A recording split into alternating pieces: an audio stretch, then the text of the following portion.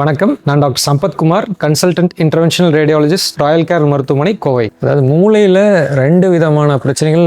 ஒன்று stroke, paralytic அட்டாக்னு சொல்கிறோம் இல்லைங்களா, அதே மாதிரி. அது என்னென்னா, மூளையில் உள்ள ரத்த குழாய் அடைபட்டு அதை தாண்டி இருக்கிற மூளை பகுதிக்கு ரத்த ஓட்டம் தடைபடுறதால ஒரு பக்கம் கை கால் வராமல் போகிறதோ, இல்லை சடனாக ஞாபக அளவு குறையிறதோ, இல்லை தலை சுற்றல், இந்த மாதிரி வெளிப்படும் நமக்கு. இந்த மாதிரி இருக்கும் பட்சத்தில் நம்ம உடனடியாக இந்த மாதிரி அட்வான்ஸ்டு ஃபெசிலிட்டிஸ் உள்ள மருத்துவமனையை நம்ம அணுகும்போது அந்த ரத்த குழாய் வழியாக உள்ளே நுழைந்து மெல்லிய டியூப் மூலமா எந்த பகுதியில் அடைப்பு ஏற்பட்டுள்ளதோ அதை துல்லியமாக கண்டறிந்து அந்த கிளாட் அடைச்சிருக்கிற அந்த ரத்த கட்டை சக் பண்ணி எடுக்கிறது மூலமா ரத்த ஓட்டத்தை நம்ம சீர் பண்ண முடியுது. அதனால ரத்தம் இல்லாம பாதிக்கப்படுற அந்த மூளை பகுதியை நம்மளால பாதுகாக்க முடியும். ஸோ இந்த மாதிரி பண்ணும்போது அவங்களுக்கு பக்கவாதத்திலிருந்து மீண்டு வருவதற்கான வாய்ப்பு மிகவும் அதிகம். இன்னொரு எமர்ஜென்சி அப்படின்னு பார்க்கும்போது அனியூரிசம் சொல்லுவாங்க. அதாவது மூளையில் உள்ள ரத்த குழாயில ஒரு பலவீனமான பகுதி, ரத்தம் போகும்போது அந்த பகுதி கொஞ்சம் பலூன் போல வீக்கம் அடைந்து, இது ஒரு டைம்ல என்னன்னா வெடிச்சு மூளை சுத்தி உள்ள நீர்ல ரத்த கசிவு மாதிரி ஏற்படும். ஸோ இந்த பலவீனமான பகுதியை நம்ம இந்த மிஷின் வச்சுட்டு 3D ரோட் மேப் அப்படின்ற ஒரு